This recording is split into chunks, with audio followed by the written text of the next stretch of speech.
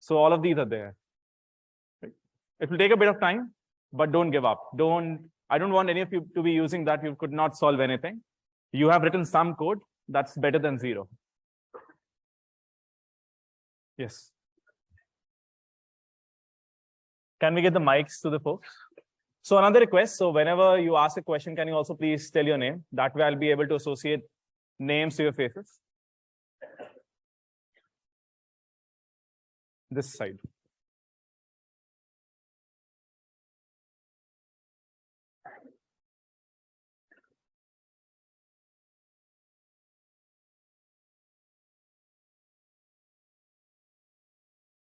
Sir, in lab, Your name? Akash Vishwa. I can't hear you with the mic also.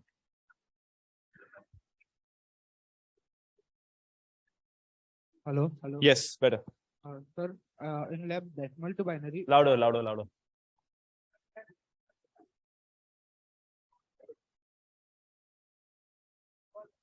Okay, so this is a lab specific question. Let's leave that. I will discuss this later, or you can discuss in the lab later. Okay, any other questions about the logistics? Any other specific aspect of the code? Any questions on using while?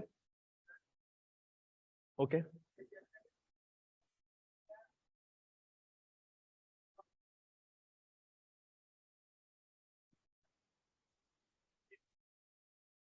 So nested, we have not even.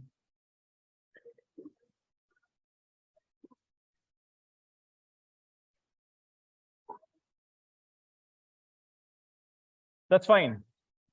So all of us are starting at different points. We should not be comparing our journey with someone else's. It is okay if it takes you more time than the others. Firstly, you don't need to compare. This is true for everyone. Secondly, you need to take more help if it's taking you 45 minutes. You take help, you try for 5 minutes, not able to solve, you discuss what was your thought process more than the specific. So I don't want you to be saying in black and white, my problem is solved, my problem is unsolved. I have thought about this logical step. This is what I had in my head. This is what I tried to implement, but I'm not getting the specific result, right? I want you to make things very specific. No zeros and ones. I want you to be making things specific, right? We can talk later. We can personally talk later. Yes, suppose there was another question. This. Can we use? Can we use else after the while? I'm not teaching that. You can. I don't want to confuse. You can. For and else are also valid loops. I'm not going to teach that. We'll study that today. Sir, the app Slack does not provide notifications on phone. So I don't own Slack. Right, I don't own Slack. One, you could periodically be checking Slack. Secondly, I am still at a loss of words. I don't understand how this is happening because no one is Slack should be giving notifications. I'm not going to tag 350 people at everyone. I thought that ad channel does that already. Okay, I'll figure this out. If you're not getting notifications, I'll figure this out. But sir, what happens like if you send a mail like at 3 p.m. Yeah, I understand that. So that day, I understand that you could not reach on time because you didn't read. That is why. Yes, other questions? Any specific difficulty in while, in loops, anything? Okay. So then let's revise the while loop and then we'll build up onto making some more difficult programs, right? So we saw that the syntax for the while loop or the main construct, the main set of steps we follow for the while loop are as follows. You initialize the looping variable. You check for the condition, while condition. You do something useful. You change the looping variable, which also means update, and then you do something, right? We saw a very simple example of this. We were trying to print out the first n numbers, first n natural numbers. So num is the initialized looping variable. This is the first number you want to print. So you initialize num to 1. And in the checking, you check whether the num has reached n or not, right? So you print num if you enter into this condition. So you print 1, increment num by 1, so num becomes 2. Again, go back to the condition. So that's the difference between an if and a while. We discussed this. In while, you go back and check the condition till the time the condition is can be true. It's true. Once you finish with this loop, which is when num becomes 6. So num if 6 is not less than equal to 5, therefore you don't enter into this indented block of code. You move out of the indented block of code and then you print done with while. Right? So this was the basic concept about the while loop, and this is one simple example. Now let's try and write a program to check if a number is prime or not. Some of you may have already done this in school, at other places, but still, I want to give everyone a chance to just think about this. Check or figure out, write a program using while loop to figure out if a number is prime or not. So first, think for a minute, then I'll give some hints. Then again, we'll follow this process.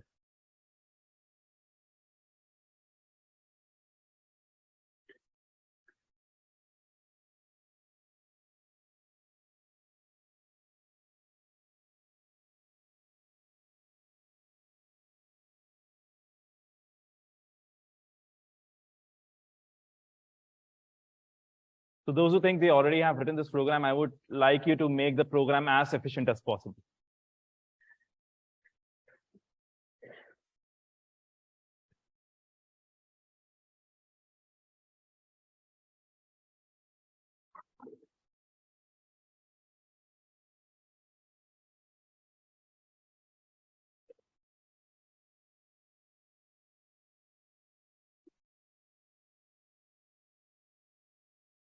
Before you write the program, think about the logic. Again, in the context of while loop, how would you initialize the looping variable? What would be the condition? And then you want to do something, and then you want to change the looping variable, and then you want to do something else.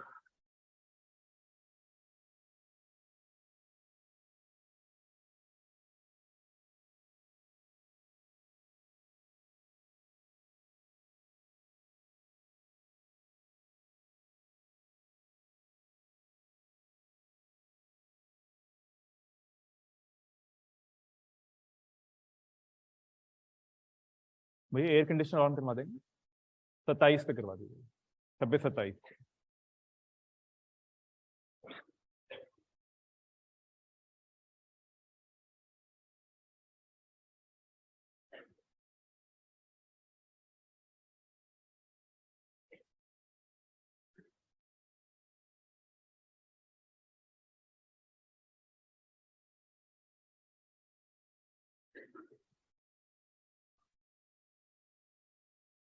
Okay, so has anyone been able to write the program? Okay, so let's go over some of the maths first. Firstly, is 7.5 a prime number? Why it's not a prime number? Because we have defined prime numbers to be integers, right? Second, is -5 a prime number? No. So I'll be using a new keyword now, which is called assert. So first, let's say we want to check if n is prime or not. At this point of time, we know that n is some number. We don't know whether n is an integer or a float, or positive or negative. So I'll write assert type of n equal to n. If the assertion is false, you should say number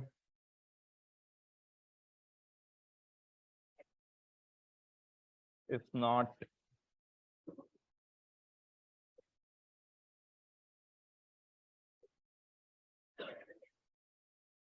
so if n is 10, nothing gets printed. If n is 10.5, you get an assertion error that number 10.5 is not an int. Right? So you'll see assertions being used very often in large code bases, where you do some type checking at the start of the program itself. So no lines after this line of code will execute. So if you had something like print a, it will not get executed. Sorry, was there a question? So the word assert literally has like the same meaning as the English meaning. You want to assert that the number is of a certain type. If the number is not an integer, can you calculate, can you check whether it's prime or not? No. So your logic is meant to handle only integers. right? You don't want to be complicating your logic to handle everything. So before the main program starts, before the main logic starts, you check the type of the data and you finish that program there itself, right? You can have different versions of this program. You can ask the user for a new input if the number is not an integer. But at this point of time, I'm just writing standalone programs, not taking any input from the user. Does it make sense to everyone? So the syntax is assert condition, and then what if the condition does not hold true? What is the second condition that we discussed? Negative numbers. If less than 0,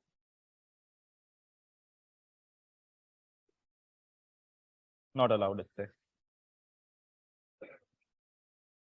So 10.5, you get the same assertion as before. 10, negative numbers not allowed. Okay, sorry. You have to give the condition for true, not for false. So ye gets printed. If you give -1, you get an assertion error, negative integers not allowed, right? So this is a very simple check. I was just showing how to use asserts. Just for simplicity, we will for now assume that our numbers are indeed not, are neither floats or negative. So our numbers are natural numbers. That's the simplest assumption that we can make, right? Now let's try and figure out if a number is prime or not. So let's look at some numbers.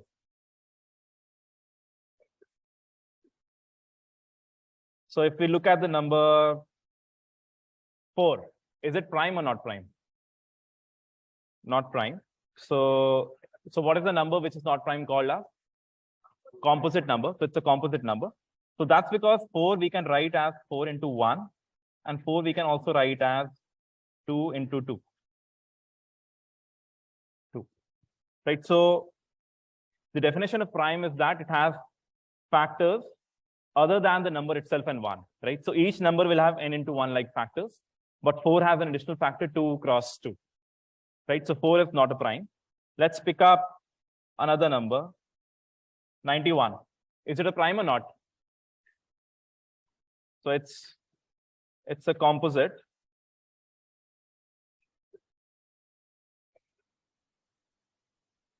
Because 91 can be expressed as 7 into 13, right? And 13 into 7, whichever way you want to write, right? So just for completeness, let me also write it this way, right? These are the factorizations you could have done. Let's talk about 19. It's a prime because 19 you can only write as 19 into 1, 1 into 19. And 19 we can write as 19 into 1, right? So based on this, what is the logic that you think you can use to figure out if a number is prime or not? And I want people to raise hands and not say out the answer. So for folks who have not done programming earlier, let's try and ask questions to them. You've done earlier? So let's ask people who have earlier not done programming. Anyone? Okay. And your name also, please. Bomvik. Okay. Like if a number is given and we find its square root, if the given number is not divisible by any of the numbers, including the square root and numbers below it, we just can check the primes below it. Then that number will be prime. Okay, so you've already wrote an efficient algorithm. So you have to check for numbers. So let's say if we were to discuss about the number 19, right? We'll check, is 19 divisible by 2?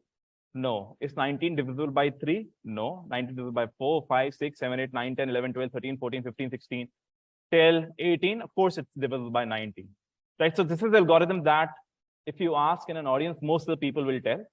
They will try and see if a number n is divisible by any number going from 2 till n minus 1. Right? That's the naive algorithm most people will come up with. And let's just try and implement that.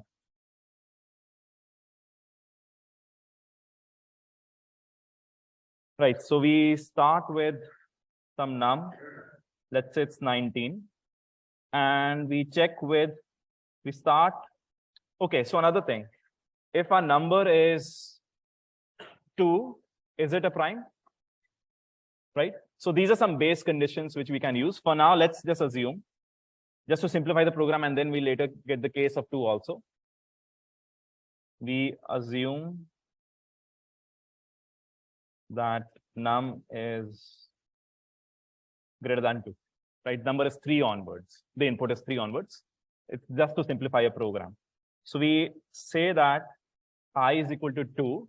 So I is the number you are going to try to divide num by, and each time you're going to be incrementing I, right? So you wanted to check is 19 divisible by 2, by 3, by 4, by 5. So I is the variable which will get incremented.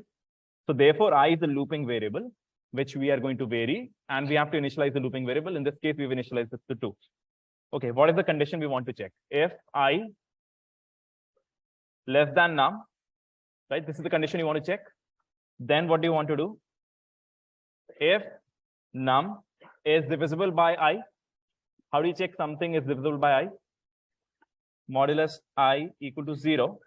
Then what happens? Then it is what kind of a number? It is a composite number. Else we cannot say anything about prime yet, because we have not tried out each and every number from 1 to n, right? So which means that we can also use another variable, which we can say that if the number, have we found out a factor for the number or not, right? So let's just call that factor found equal to false. Thus far we have, so when we initialize I, we are also initializing this factor found. Have we found out a factor which exactly divides this number, right? If num modulus I equal to 0, can we say factor found equal to true? Yes. And then what should we be doing? So firstly, do we need to increment I? Yes or no? Okay. And let's say this is a program. This is the correct program or not? So let's look at a number. So this is not correct, but I want you to think through this. Let's look at a very simple number. What is the first number? 3, which we're going to consider 3. Num is 3. Factor found is false. I is 2. I less than num. Is 3 modulus 2 equal to 0? No. So it does not enter into this loop, or sorry, this indented block. And then it increments I. I now becomes 3, right? You go back and check the condition. Is 3 less than num? No. It exists this block of conditions. And what is the value of factor found thus far? It was initialized to false. We have not updated that value. Therefore, the value which is finally that we have is a false, right? So we can then say that, so when will a number be prime? If we have not found a factor, right? So I can write not of factor found. Factor found is a Boolean variable, true or false. Not of a Boolean variable is also a Boolean variable. To understand that,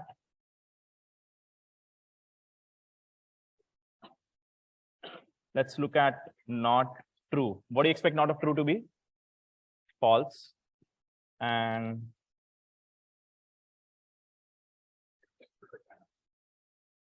not of false to be true, right? So at this stage, that is the main crux, or this is the main idea that we'll have. We will have to modify this variable called factor found to be true when we find if there is any number which can exactly divide this number, right? So we write the simple program, and for this specific case, it seems to work out okay, right? We get the correct answer for n equal to 3. What about num equal to 4? Let's actually just try and print this for 3. For 3, it's a prime. We get printed true. I can also write it. I can just write it this way. Num equal to 4. False. 4 is not a prime. Yes, does everyone agree? 5. 5 is a prime. 6 is not a prime. 7 is not. 7 is a prime. 8 is also 8 is not a prime, right? So this number is, sorry, this program is correct, Does everyone agree on this? Do you want me to try some largest number? 197 is a very good number because that's the number which I had in my head for some reason. 197 is the prime. Any 960? 960? 9018. Is this the correct number? So it's ending with an 8.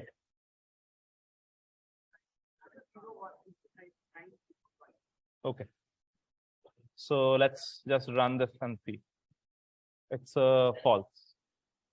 So it's not a prime. Is that correct? Okay. So this was fairly quick, but the algorithm that we have written is very, very poor at this point of time. It's not an efficient algorithm. So let's first try and see. So we have proved the correctness. We have shown it through some example, not proved it. We have demonstrated empirically that this program seems to be correct. Does everyone follow the logic till this point? Yes. Just 1 second. You can have the mic then. And your name also. So everyone who asks a question, please, if you can let me know your name also. Arav. Loud. My name is Arav, and I didn't understand that factor found. Why did we include the factor found? So factor found,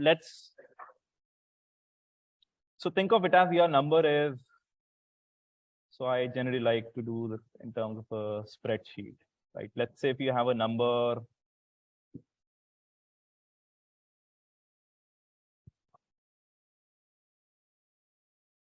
let's say you're trying to figure out if the number 11 is a prime or not, right?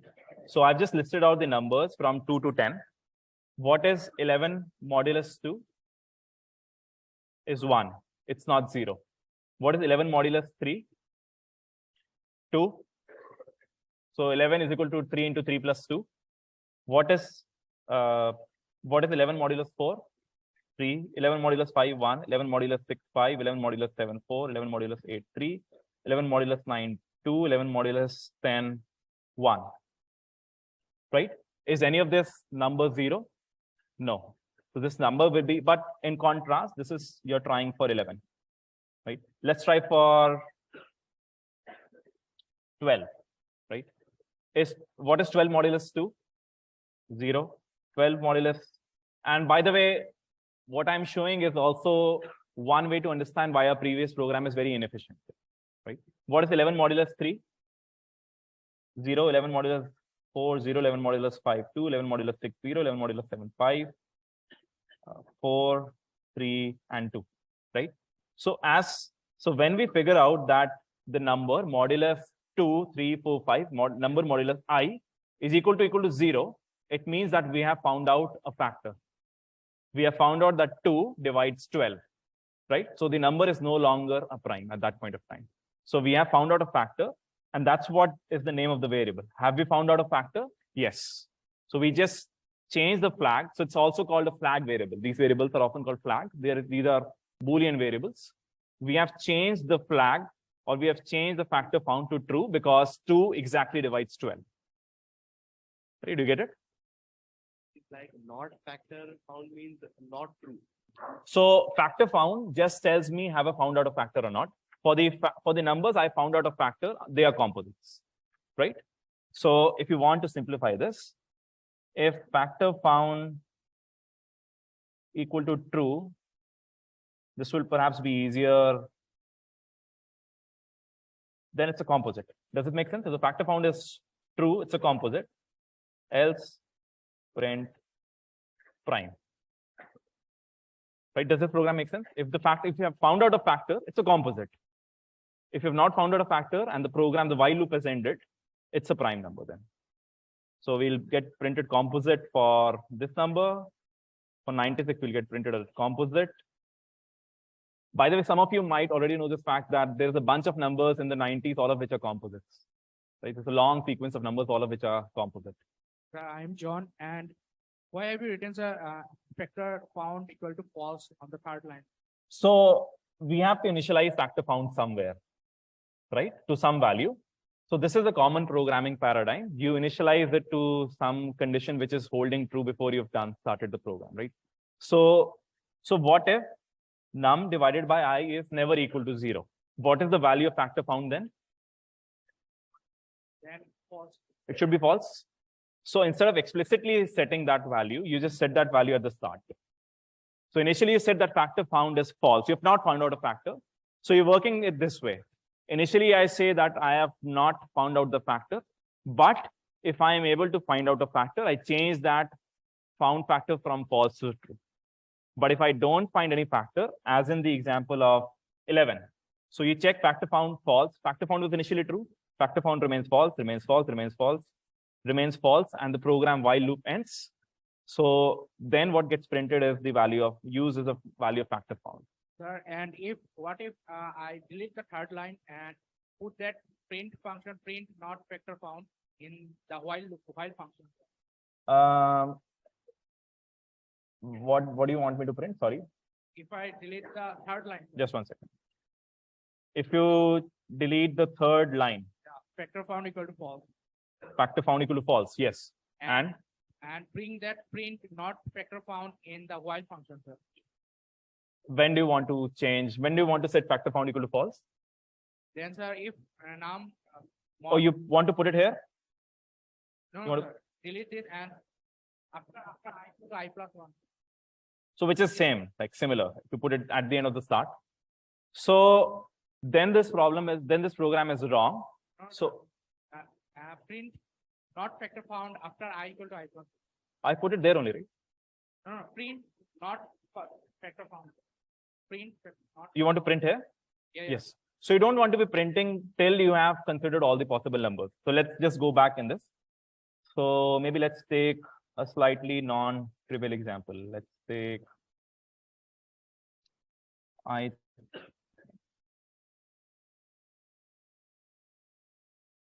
so maybe 15 is okay. You divide by 2, what is the remainder? 1. So factor found is, what is the value of factor found? False, because 15 modulus 2 is not equal to 0. You do I equal to I plus 1. You set factor found equal to false, right? And now you go back up again, right? Now the value of num, okay, let me take a simpler example. Let's take the case of 6. What does 6 modulus 2 return? 0, 6 modulus. So when 6 modulus 2 returns true, factor found becomes true, right? I is now incremented by 1, I becomes 3, factor found again becomes false. Should the factor found should it become false? No, because you've already found a factor, right? You cannot unfind that factor now. I was saying that instead of factor found equal to false, I want to just put that print function inside that and not factor found. So you are basically that will be a very inefficient code because you're printing it unnecessarily. So you want to just tell whether a number is prime or not. You don't want to be, what you're trying to say is that, is this number divisible by I or not, right? So that we have already done earlier. We don't need to do that, right? So we just want a simple program which looks at the value of factor found. It goes through this list of possible factors. If any of them is able to exactly divide my number, I set the flag factor found to be true. Otherwise, it remains as false. If I have elapsed all of these numbers from 2 through 10, and my value of factor found remains false, I am done, and I say that the number is a prime number. Thank you, sir.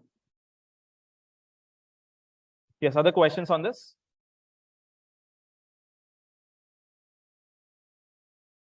The number one, so first, if you just look at this line, we assume that num is greater than 2. We have made this assumption, otherwise we would have a nested if else block. I'll come to that, but I just want to ensure that everyone at least understands this basic while paradigm now. So just to make the code more efficient, I am going to be deleting these lines and writing it this way. So now we have again just shown that the program works, right? But I mentioned that this is an inefficient program. Let's just try and do some timing comparisons.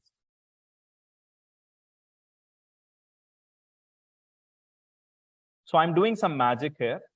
It's actually literally called an IITian magic, but we'll see how to do the timing comparison on your own while using a loop. So let's just try and run this.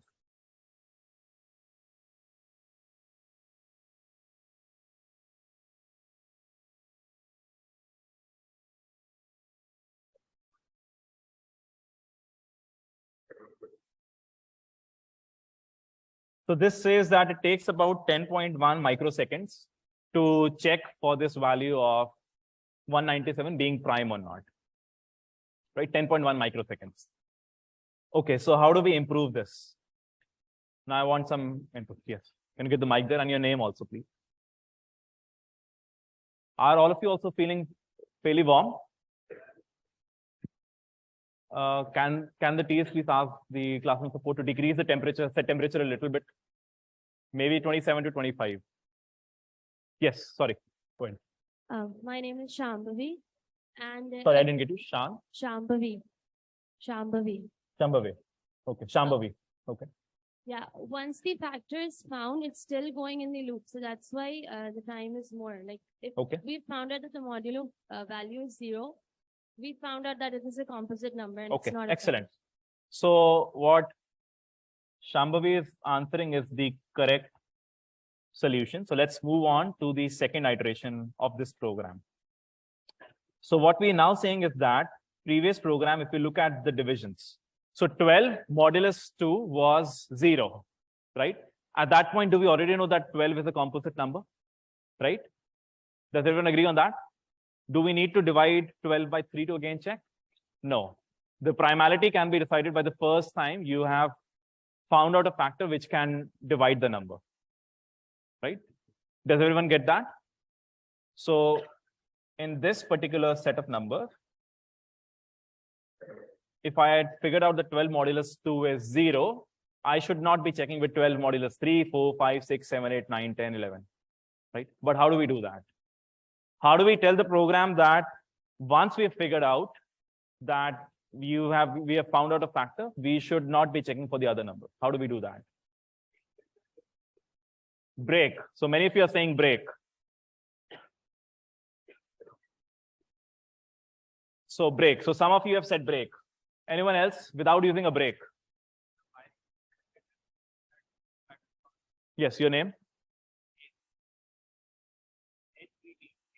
Heth. Okay. So Heth has answered the question perfectly correct in this case. So what is, so I don't want you to use break at this point because I've not taught that. We will eventually come to break. But what we can also do is to modify the condition, right? So the condition was num modulus I equal to 0. Is the number divisible by I or not? But can I add something to this condition which can check if that I've already found out a factor or not, right? What should that new condition be?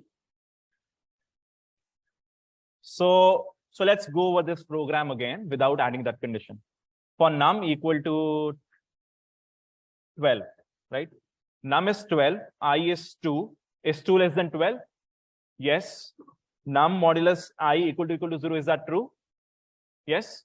Factor found now becomes true. So can we make a check on factor found? Right? So we'll modify this program and factor found. Right? So factor found will be either true or false. This expression now is x and y. Right? I don't need to put this, but I'm just showing this. So while I less than num and factor found. Is this correct or do I need to do something else? Not equal to true. I have not found out a factor. Till the time I have not found out a factor, I need to continue in the loop, right? So the syntax may be looking a little complicated, but at least does everyone appreciate the logic? If we have found out a factor, we should stop. We should be continuing the loop. So this is the important thing. In the while loop, what we mention is the continuing condition, right? What is the condition which must be true so that we can continue executing this loop? Or we can enter into this indented line of block. So factor found is not equal to true, right? Another way to write the same is and not factor found, right? Does everyone see why these two things are equivalent? So factor found, let's say factor found, we set the value to be true. Let's say if this is because we can give only two cases. So I want to show that factor found equal to true. What should it be printing now? Should be printing true. And what will, sorry, not equal to true. Factor found not equal to true will print what? False. Because factor found is true. So true not equal to true gives you a false. Whereas if I wrote not factor found, I get the same thing, false. Not of true is false. But if factor found was false, I get both of them as the same answer. Right? This was to show you that you could use either factor found not equal to true, or you could use not a factor found. Right? Whichever one of them makes more sense to you is seeming easier to you. I think after a bit of practice, most programmers would write not a factor found.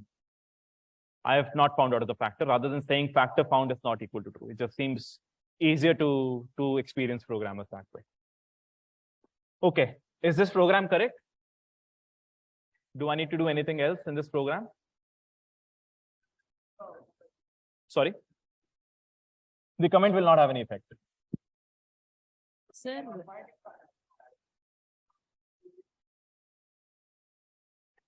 Oh, this comment. Sorry. So previously, oh, that's just an artifact of the previous program. Sorry. Oh, so then we need to time this again. Sorry. We had timed it wrongly.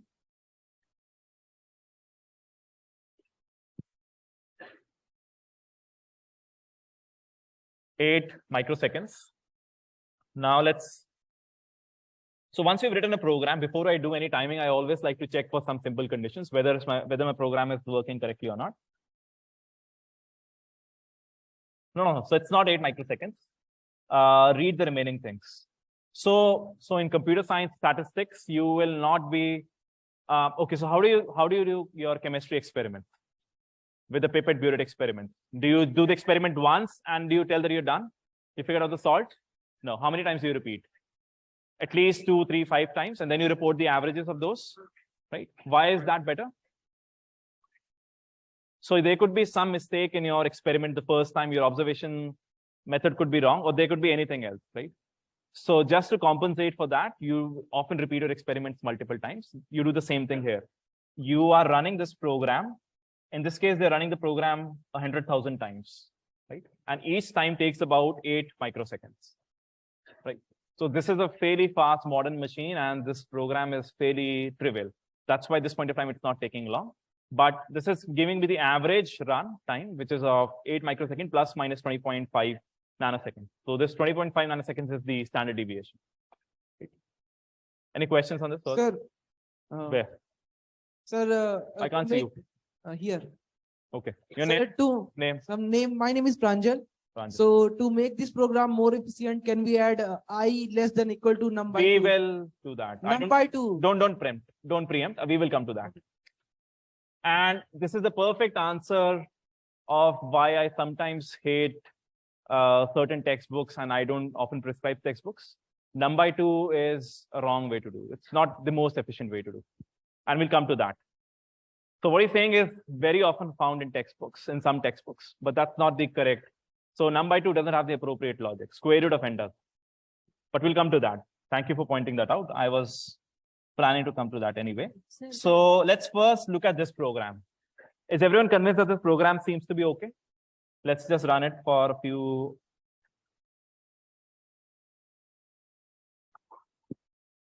So let's just print not factor found. 12 is a composite. 3 is a 3 is a prime. Yes.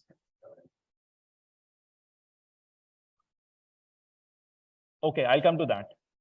But before that, 4 seems to be giving true. What is the problem? Oh, yeah, that's just an artifact of the previous program. 3 is a prime, 4 is not a prime, 5 is a prime, 6 is not a prime, 19 is a prime, 21 is not a prime. So this seems to be correct, right? Let's just walk over this in the Python tutor as requested.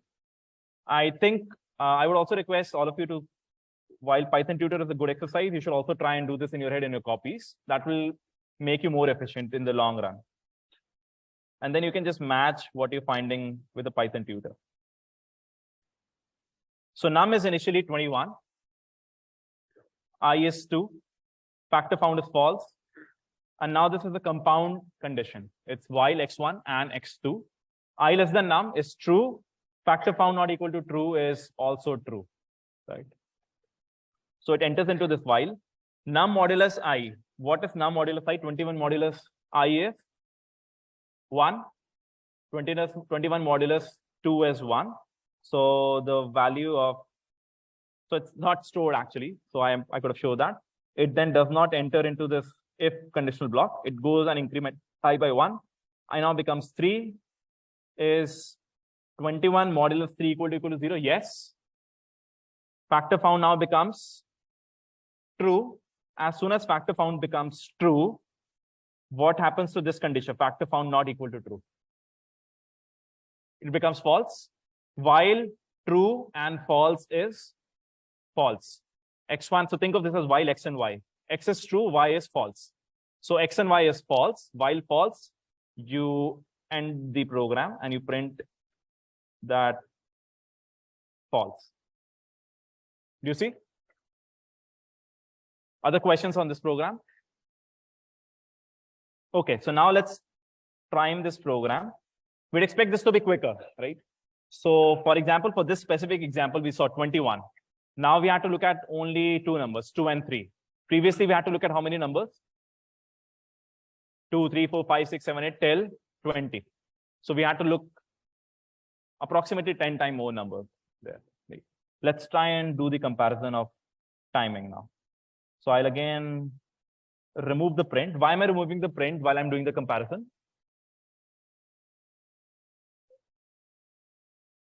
No. Other answers? Why do I remove the print when I do the timing comparison here? I don't know. If I don't remove it, this program will be run 1 million times. So 1 million times print false will be printed, which is going to just choke up the memory, choke up the output console. So I just comment it out. I move back again to the example 197.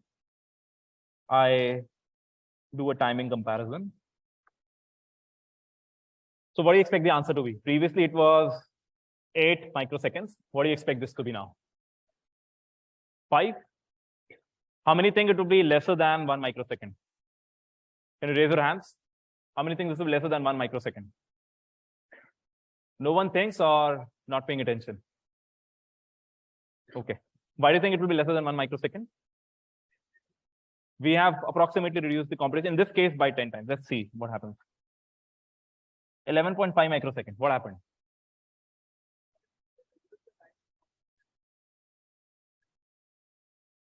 It will definitely reduce the time for composite numbers.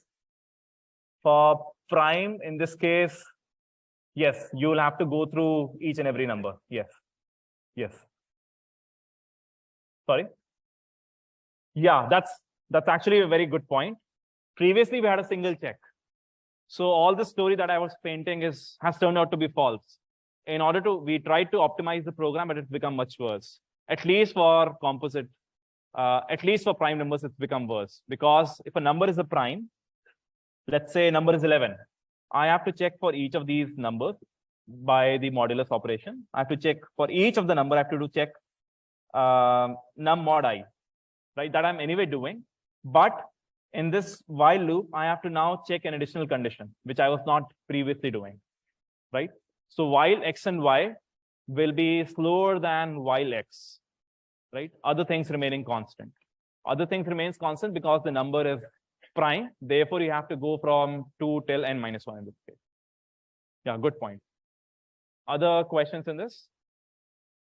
But let's do a comparison for a prime number. Just 1 second. Let's do a comparison for a prime number. Let's take a a composite number. 2002.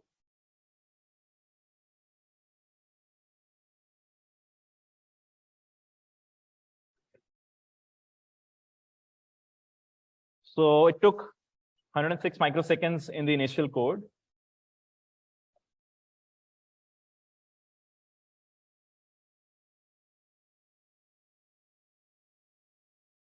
95.5 nanoseconds.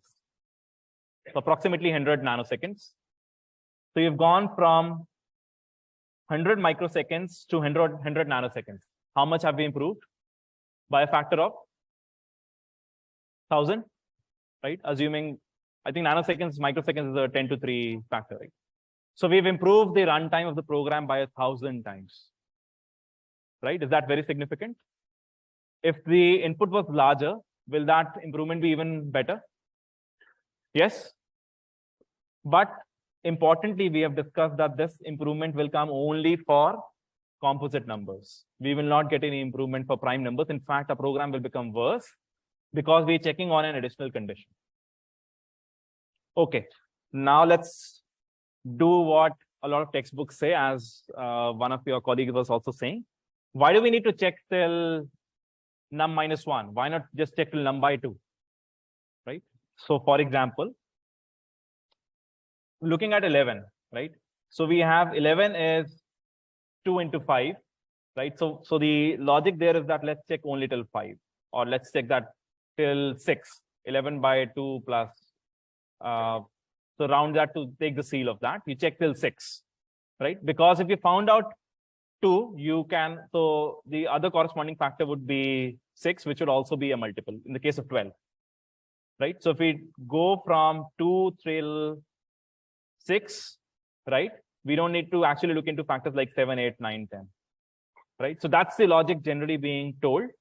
This will definitely work. It's not the most optimum. So let's look at another.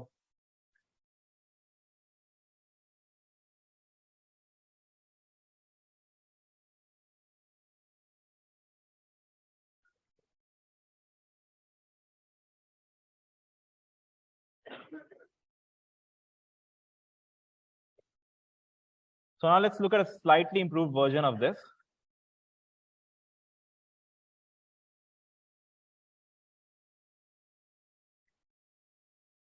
Go till num by 2,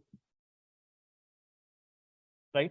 And just to make things simpler, maybe in the cases where num is not so where the num is an odd number, we'd want to perhaps go till num plus 1 by 2, right? Or what you could do is num by 2 seal.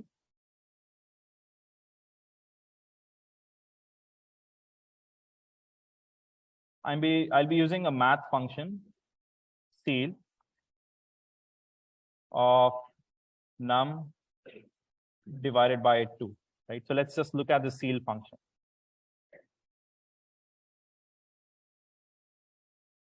(2.1), the ceiling of that number is 3.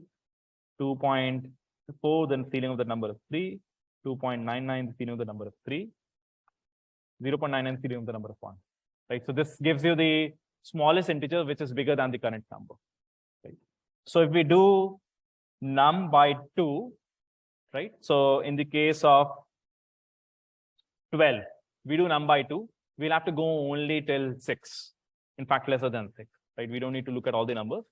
And if you've already figured out a factor, you have a composite, you have a separate, the other multiply for it, like 12 equal to 2 into 6, right? So you don't need to figure out 6 as a factor if you figure out 2 as a factor. That's the logic generally being told.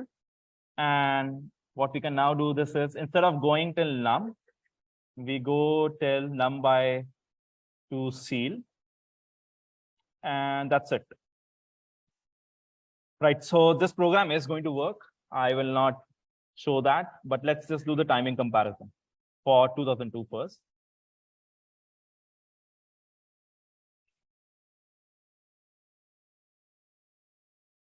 So will the runtime of this specific program reduce from the previous one? Yes, no? For composite numbers, will it reduce? No. For prime numbers, it should. For prime numbers, let's just try and check that. Let's get back all of our numbers to the prime 197.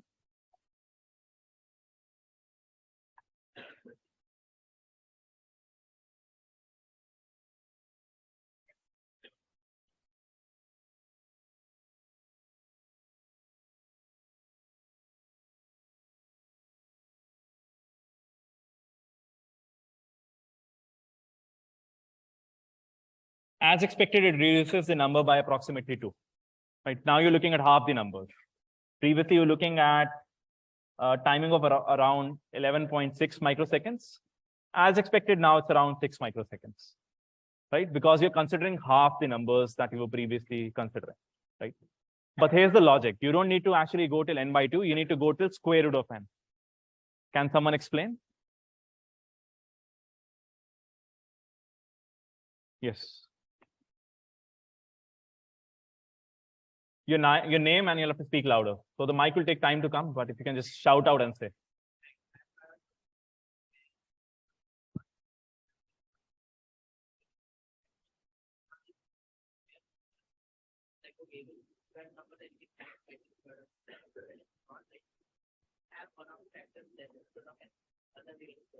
Excellent.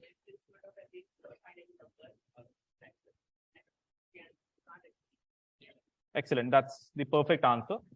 So we were looking at these numbers, right? We were looking at 19, right? So if 19 does not have a factor in, is not divisible by 1, 2, 3, 4, and 5, it will not be divisible by 19 by 5, 19 by 3, so on and so forth, right? So we can express each number. So the easy way to start to think about this is look at perfect squares. Look at numbers like 4, 9, right? So if you have to figure out what are the numbers which divide 9, you only need to look till 3, right? You don't need to go beyond 3 because so once you figure out a factor, the other is just divided by that, the number divided by that factor, right? So therefore, the actual computations needs to be done till square root of n and not till n by 2, right? So have any of you studied this program earlier and used n by 2 in your, use n by 2 anywhere? Or did you use, did all of you who've done this question earlier do use square root of n? Anyone use n by 2 earlier? Okay, but this should be square root of n. Does everyone get that now? Okay, so we can then modify this program.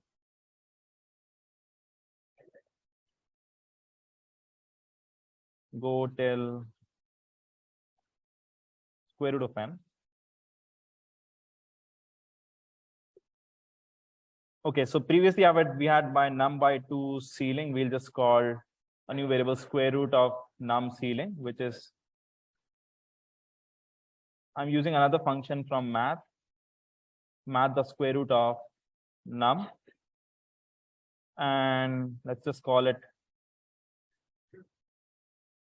plus 1 because I need to go till 1 addition because I have a less than factor and not less than equal to factor.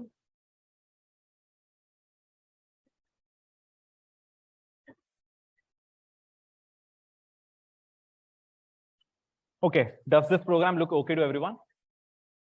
The only change we have made is that previously we were going till, or if you don't understand this, let me just break this down for you. So if num is, let's say, 37, so math dot square root of num gives me 6.08. I can do the seal of it, and I'll get 7, right? So if I go from 2 to 7, right, I would be correct. But just because I'm using lesser than here and not lesser than equal to, therefore I'll just do plus 1. So this will execute numbers from 2 till 7 in the condition. Yes.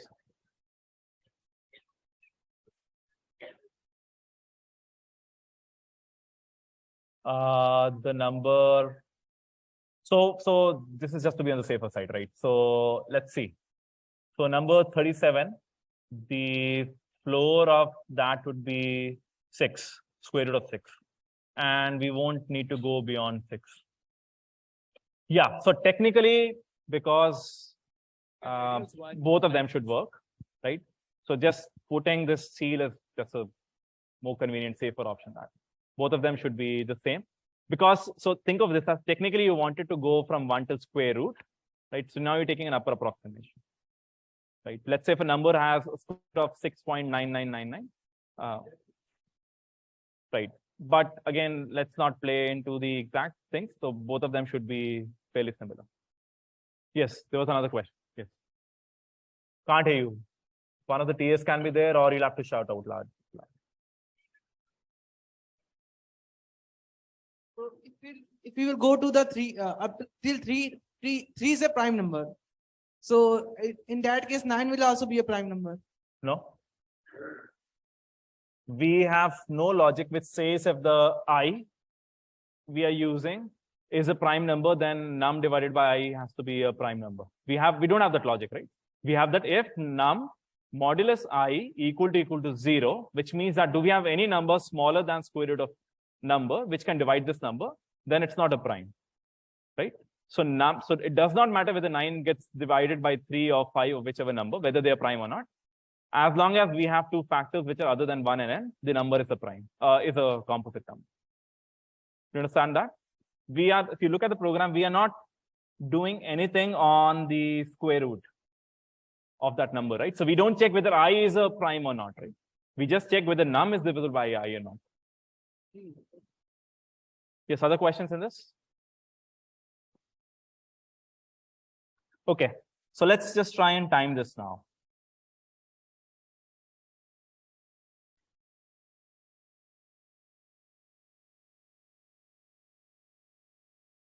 (974 nanoseconds). Previously, it was 6 microseconds. Now 974 nanoseconds. Right? So it's reduced by some factor now. So it will always reduce because, so interestingly, I don't know if you've already thought about this or not. The larger the number becomes, the more the difference between n by 2 and square root of n becomes. Right? Can you follow that? So n grows linearly, square root of n grows sublinearly and lesser than n speed. It actually grows as n to the power half, right? So you can actually think about plotting these functions, and as n increases, the gap between these two will decrease. Therefore, something which is a better polynomial factor of n is a much better algorithm, right? So without going into any of the details about timing and complexity, I've just given you a small hint on how these things will be used in a future courses, right? But clearly, in terms of the number of computations or the number of checks you have to do, you can see that square root n computations is much better than doing n computations. Okay, can we improve this algorithm further? Now we're getting into the real optimization zone. So till this point, it was fairly trivial.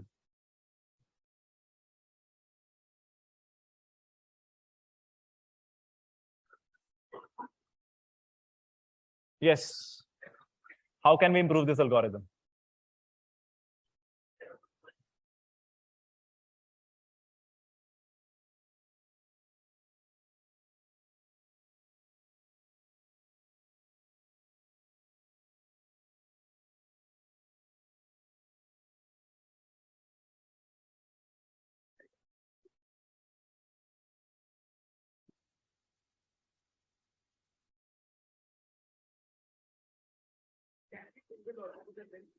No, you don't have to be using any of the data structure.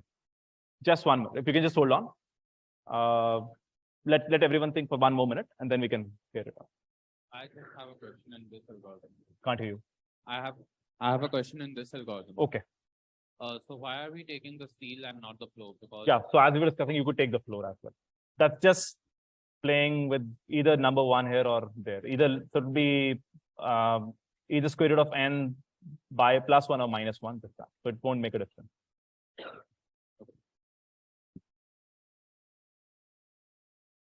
So different question, like why the timeit is, like how the timeit will work. Like it's not working in Replit as double. I didn't get you. How the? Like the timeit will work. Yeah. In Replit. So the timeit is something which is specific to Jupyter notebooks, right? That will not work in Replit, but there is so think of it as if you had to time something. What are we doing? We're running that piece of code multiple times. Doing something multiple times means what? What concept do you use? Loops. So you have a program which checks out primes, figures out which are 9. You loop around that multiple times. That's how you do timing. Therefore, these concepts are fairly related. Okay, good. How can we improve this program? How can we make this quicker? One at a time, sorry.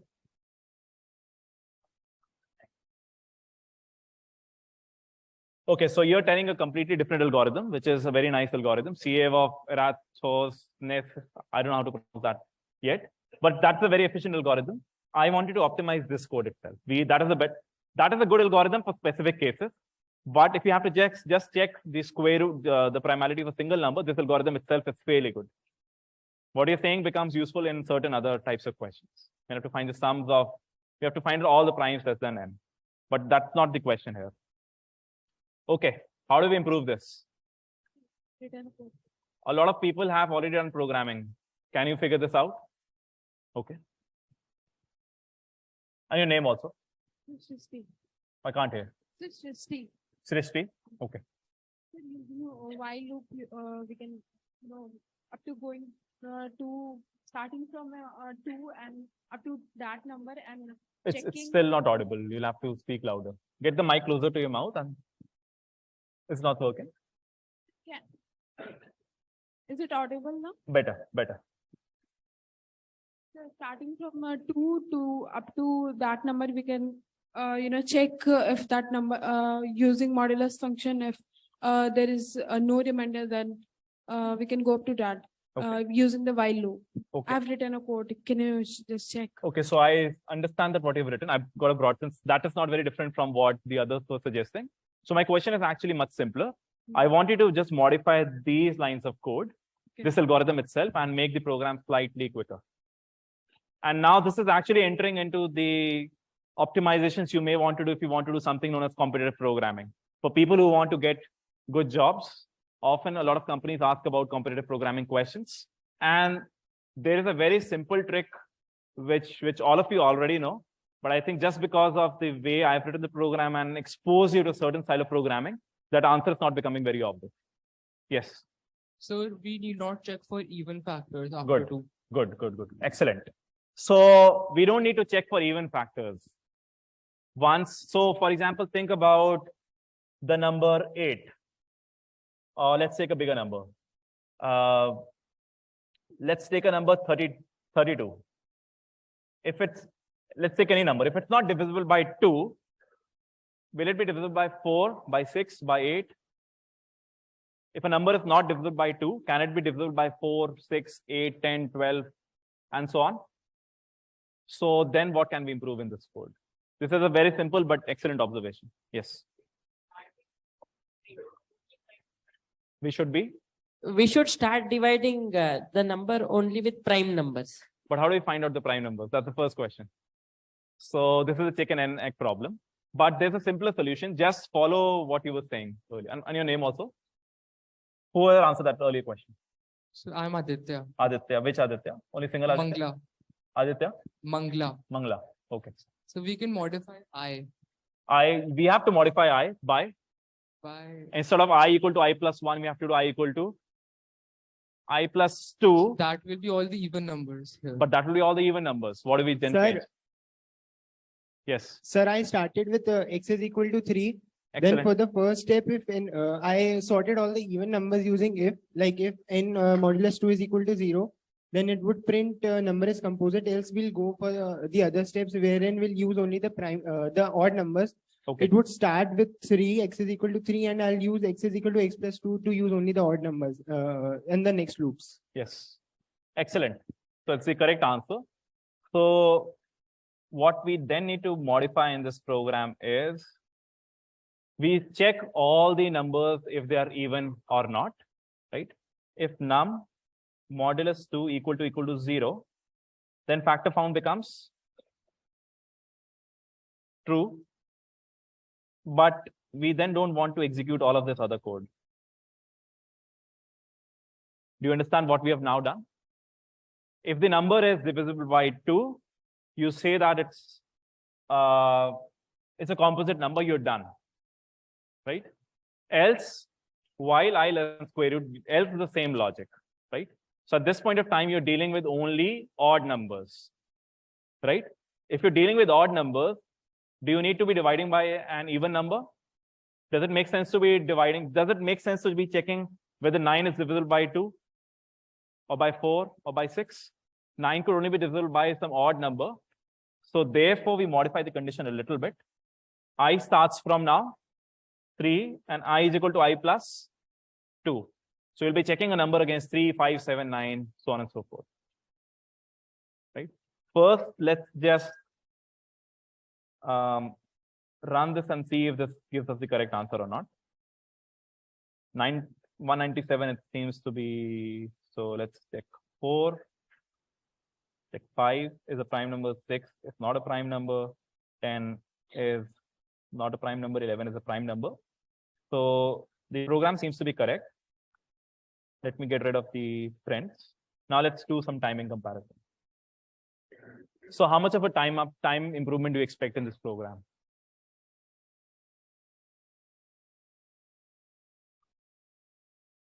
For odd numbers, how much of a speed up do you expect? Half?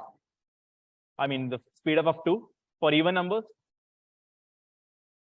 Even numbers, we won't really see any speed up, right? Because that in the previous program, also the first number we're checking was 2. Will the odd numbers checking get a little slow? Yes, because there's an if condition which we check, but it's a very marginal slowdown. Let's just try and run this.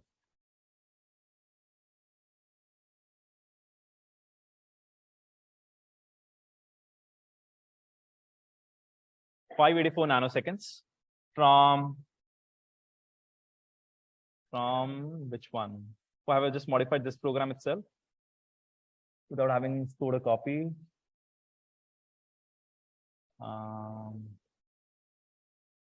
Okay, let me just copy this and create another version. So the newest version is separately deal with even numbers and increment I by 2, right? And in the previous program, what we had was we didn't have this condition. I initialize was 2, we didn't have this. Let's just time this again.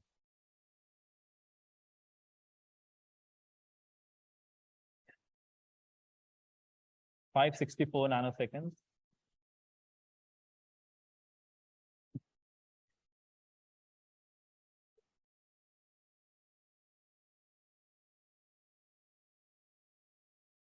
Okay, the previous one might not have even given a correct answer. I didn't check that, but should have been I equal to I plus 1.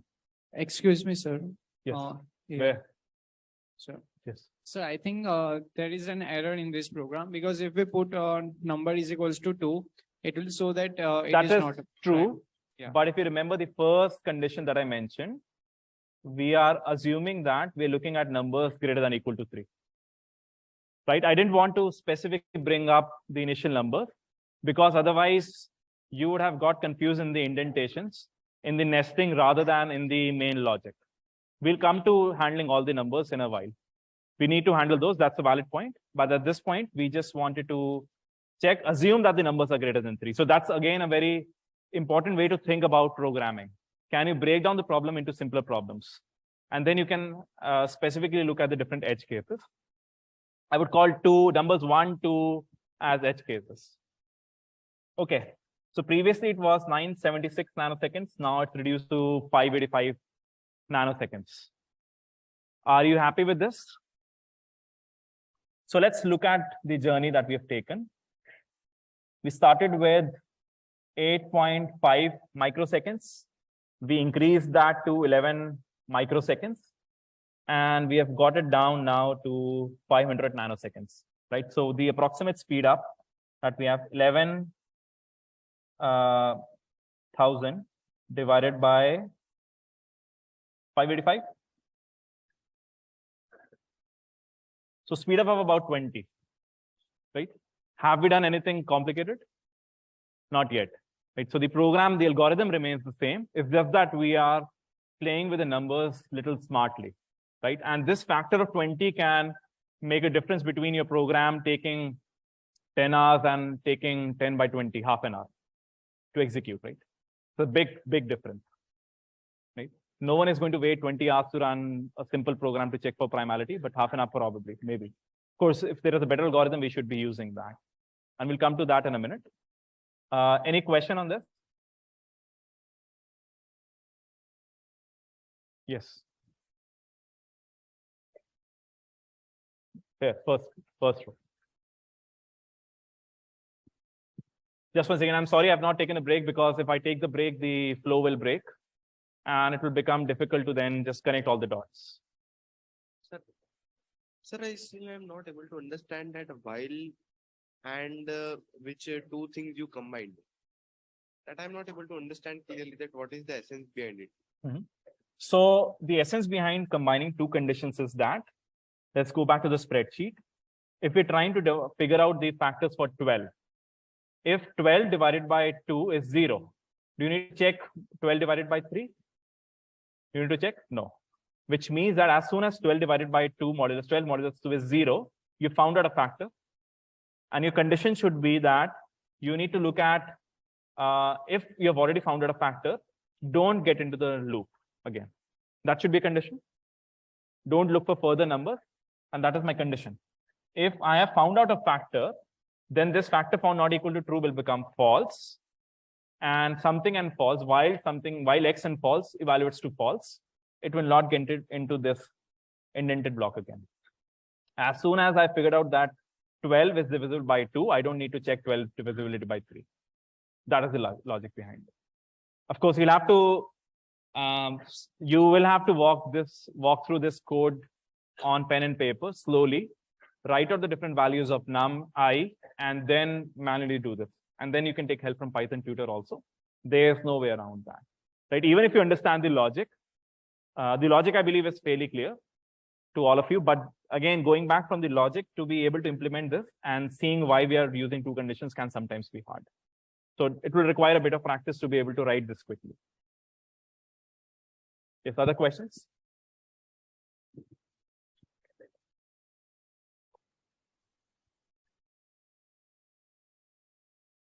So sir, as we did with multiples of 2, we can do with multiples of 3 and 5 and Which so is on. the other algorithm, sieve of... So I did that, but then it got slower. So maybe you have not done it optimally. So one thing, when you do that specific question, you need better data structures. You, just to give a hint, you may want to use things like a list of booleans, and you may want to pre-allocate that list. So these are a couple of hints in case anyone is trying to implement that algorithm. Because if you don't pre-allocate, you're extending that list. That is also a slow operation.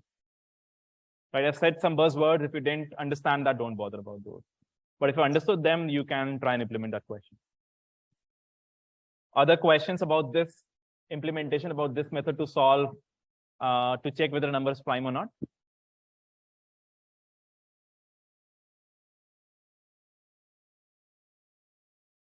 Okay, so as expected, some of you are getting a little freaked out by this multiple conditions, right? It's a little non-obvious that a factor found is not equal to true. Like, it's a bit complicated kind of a condition. So we can use a specific keyword in Python, which is called break. This was a solution many of you gave. I will write that solution and show how this code can look a little simpler then. So I would say that I don't need to check for this condition.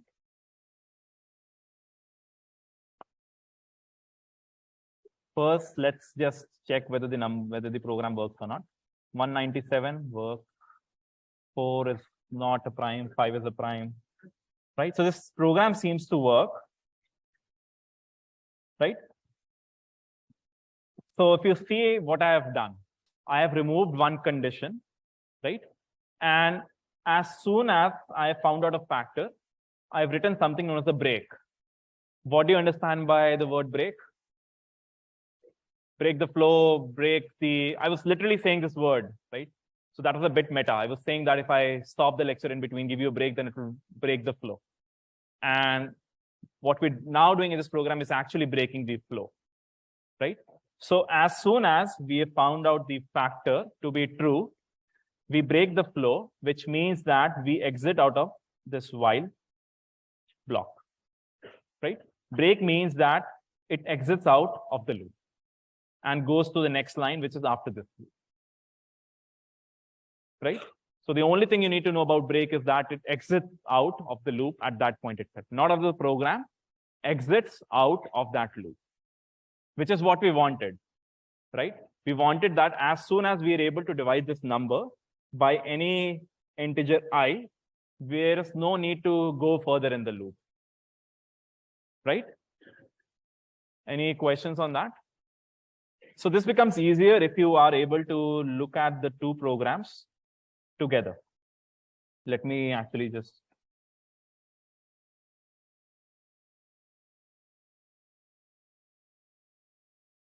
So just look at this line, right? And this line plus this line. Just give me 1 second.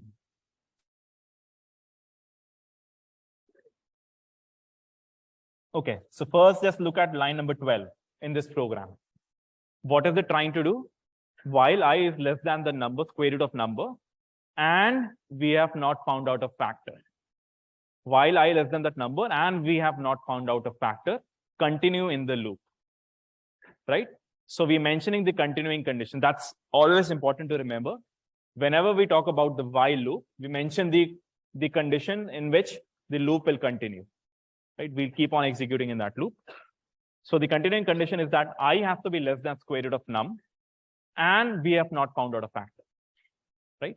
The other way to think about this is, I have the continuing condition only as I less than this square root of n, but I have to then accommodate for the fact that whenever I found out a factor, I need to stop checking and I need to stop this loop. I need to exit out of this loop. That is possible by using this word break, right? As soon as I found out a factor, I mentioned that factor found equal to true. I set that variable. I break out of this loop. I need not continue this loop further, right? Questions in this? It may be slightly non-obvious, so I'm happy to spend some more time on this. But the main crux, and I'm again repeating it, previously you had two conditions in a one while conditional check itself, while x and y, right? The second condition was I have not found out a factor, right? But that program seemed a little complicated, as many of you are saying it's not obvious to see that why have I put this condition inside of this while. But the main thing we were trying to do is that my continuing condition is that I have not found out a factor and I is less than n, right? The other way to think about this is I'll only check is I less than 1, less than n, or square root of n. As soon as I've found out the factor which divides n, or as soon as I've found out a factor, I can break out of this loop, right? Two ways to get the same thing done. Which one do you prefer now? The first one or the second one? Using the break, right? The conditional is easier. Now, do you expect this code to be quicker than the previous one or not? How many think this will be quicker than the previous one? How many think this will be slower than the previous one? Else? Everyone thinks it's the same. Okay, so the people who said this will be quicker, why? Anyone wants to take a shot? So we are now checking only one condition. Previously, we were checking two conditions, right? And how many times were we checking the second condition? Every time, right? Every time means every time for odd numbers we were checking, right? So approximately n by 2 times we were checking in the worst case. And now we don't need to check that condition. So it may turn out to be somewhat faster, but maybe not. Let's just do the timing comparison again for this.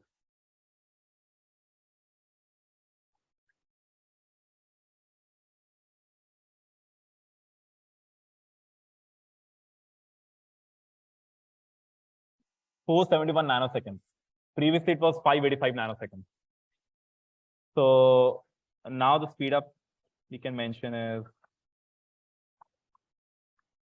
24 times. So we've gone from 18 times to 24 times, right? So you might have thought about the fact that maybe 585 to 471 is not a big deal, right? But just look at the speed up. We have gone from about 19x speed up to 24x speed up. What will get executed in 24 hours will now get executed in 1 hour. It's a massive speed up. Questions on this?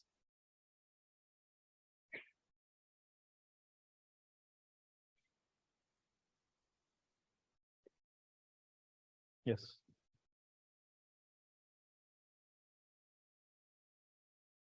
Why are we using 11 asterisk 1000 divided by 471? Why not directly 11,000 divided by 471? Sorry, I didn't get you. Why are we using? Why are we using 11 asterisk 1000? Like, why not using directly 11,000 They're instead the of? same. Like, I just wanted to show that 1000 is the factor between microsecond and nanosecond. So nothing sophisticated about this. This is very ad hoc. This is not the most precise way to figure out the timing comparison, but this is one very ad hoc measurement, which should in rough sense tell you that how much you can improve your program by very small changes. But these are important algorithmic things you can do. Yes, questions?